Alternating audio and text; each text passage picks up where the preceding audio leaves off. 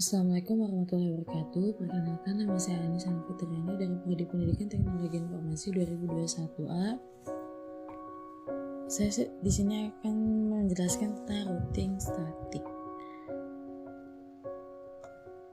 Routing statik. Routing statik adalah jenis routing yang dilakukan oleh pengelola jaringan untuk mengkonfigurasi informasi tentang jaringan yang dituju secara manual. Ciri-ciri dari routing statik adalah jalur spesifik ditentukan oleh admin jaringan, pengisian tabel routing dilakukan secara manual oleh admin jaringan, biasanya ini digunakan untuk skala yang kecil. Keuntungan menggunakan routing statik. Routing statik ini lebih aman dibandingkan dari routing dinamis. Routing statik kebal dari segala usaha hacker untuk men-spoof dengan tujuan membajak traffic. Selain itu dapat meringankan kinerja prosesor router. Kerugian menggunakan routing statik. Yang pertama, administrator jaringan harus mengetahui semua informasi dari masing-masing router yang digunakan. Kedua, hanya dapat digunakan untuk jaringan berskala kecil. Ketiga, rentan terhadap kesalahan saat entry data routing statik yang dilakukan secara manual. Di sini saya akan sedikit menjelaskan simulasi routing statik.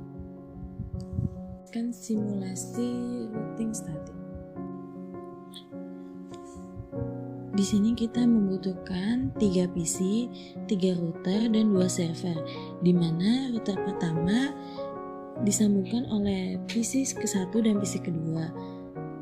Router kedua disambungkan oleh PC ketiga, dan router ketiga disambungkan oleh server 1 dan server kedua.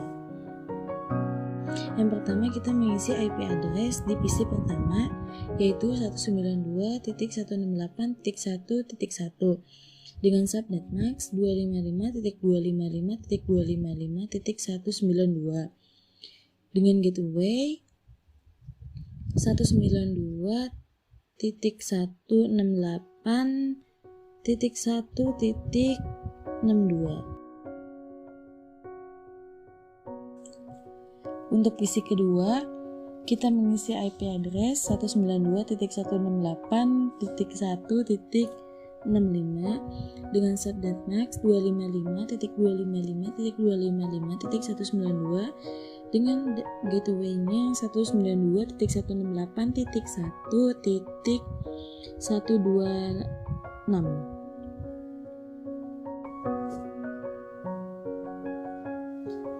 Untuk IP address PC ketiga kita mengisi 192.168.1.253 dengan subnet max 255.255.255.128 dengan gateway. Kemudian pada server 1 kita mengisi IP address 33.33.33.33.1 dengan subnet max 255.255.255.0 dengan gateway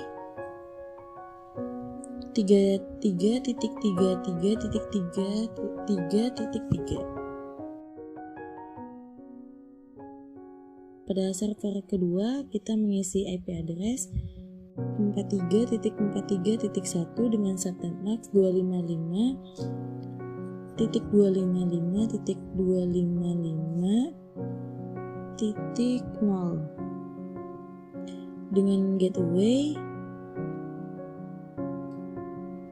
43.43.4 3.3.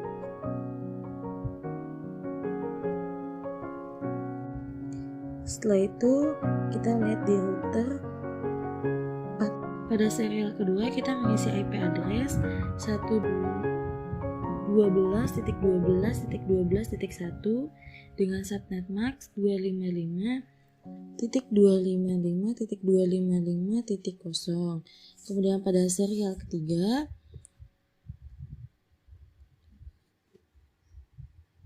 mengisi IP address 13.13.13.1 dengan subnet max 255.255.255.0.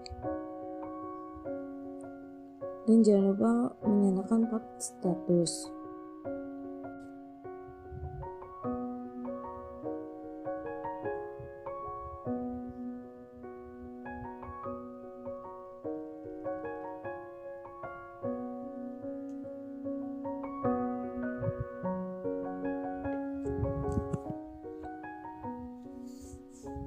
Kemudian pada router kedua kita mengisi IP address device Ethernet 0, yaitu dengan IP address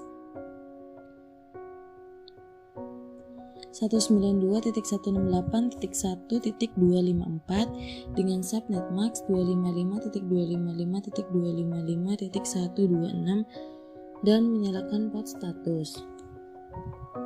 Pada flash Ethernet pertama kita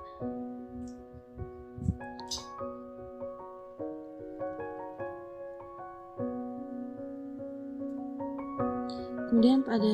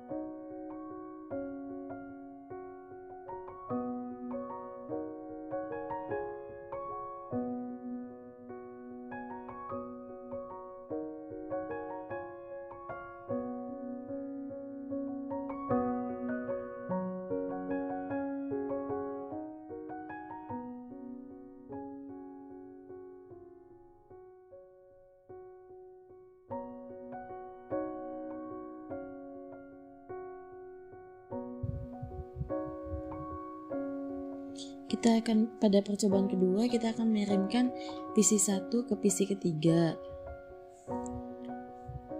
Lalu dari PC ke 1 melewati router 1 lalu ke PC ketiga. Dari PC ketiga mengembalikan lagi ke router 2 dan ke router 1 dan mengembalikan lagi ke PC ketiga ke PC 1 dan berhasil. Kemudian pada percobaan ketiga kita akan mengirimkan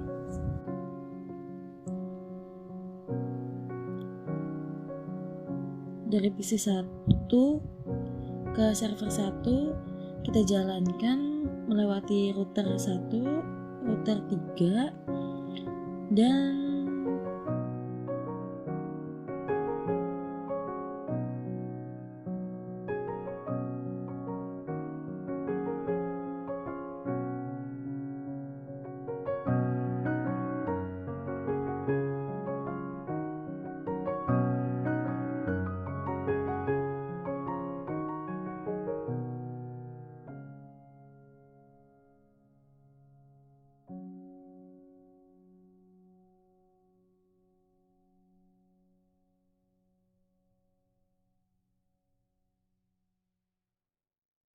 kemudian dari PC ketiga mengirimkan ke PC pertama. Kita jalankan itu dari PC ketiga mengirim ke router 2, kemudian melewati router 1 dan mengirimkan ke PC 1. Lalu dari PC 1 memberikan feedback ke router 1 dan melewati router 2 dan PC ketiga menerima dan sukses. Kemudian percobaan selanjutnya mengirimkan PDU dari PC ketiga ke PC kedua, yaitu melewati router kedua dan router satu, kemudian dikirimkan lagi pada PC kedua, mengirimkan kembali ke PC ketiga melewati router 1 dan router 2. Kemudian mengirimkan simple PDU dari PC ketiga ke server ke-1 itu dijalankan mengirimkan ke router kedua dan router ketiga, lalu mengirimkan ke server 1, dari server 1 mengembalikan ke router ketiga dan router kedua dan router kedua menerimanya. Kemudian mengirimkan pesan dari PC ketiga ke server kedua, yaitu jalannya dari router kedua ke router 3 lalu server 2 menerimanya dan mengembalikan ke PC ketiga melewati router ketiga dan router kedua. Kemudian kita akan mengirimkan simple PDU dari server ke-1 ke server kedua melewati router ketiga, yaitu berhasil dijalankan.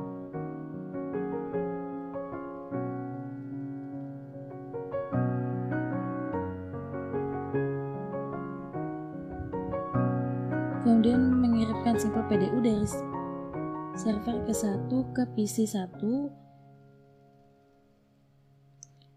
yaitu setelah dijalankan dari server 1 mengirimkan ke router ketiga dan router ke-1 dan PC ke-1 menerimanya dan mengembalikannya ke server ke-1 melewati router pertama dan router ketiga. Kemudian mengirimkan simple PDU ke dari server 1 ke PC ke-2. Setelah dijalankan melewati router ketiga, router kedua dan PC kedua menerimanya. Dari PC kedua mengembalikan lagi ke server ke-1 melewati router 1 dan router 3. Kemudian percobaan terakhir dari server 1 ke PC ketiga, yaitu dari PC ketiga mengembalikan ke server ke-1 melewati router kedua dan router ketiga dan sukses untuk mengirim simple PDU-nya. Demikian sedikit penjelasan routing statik dari saya, kurang lebihnya mohon maaf. Wassalamualaikum warahmatullahi wabarakatuh.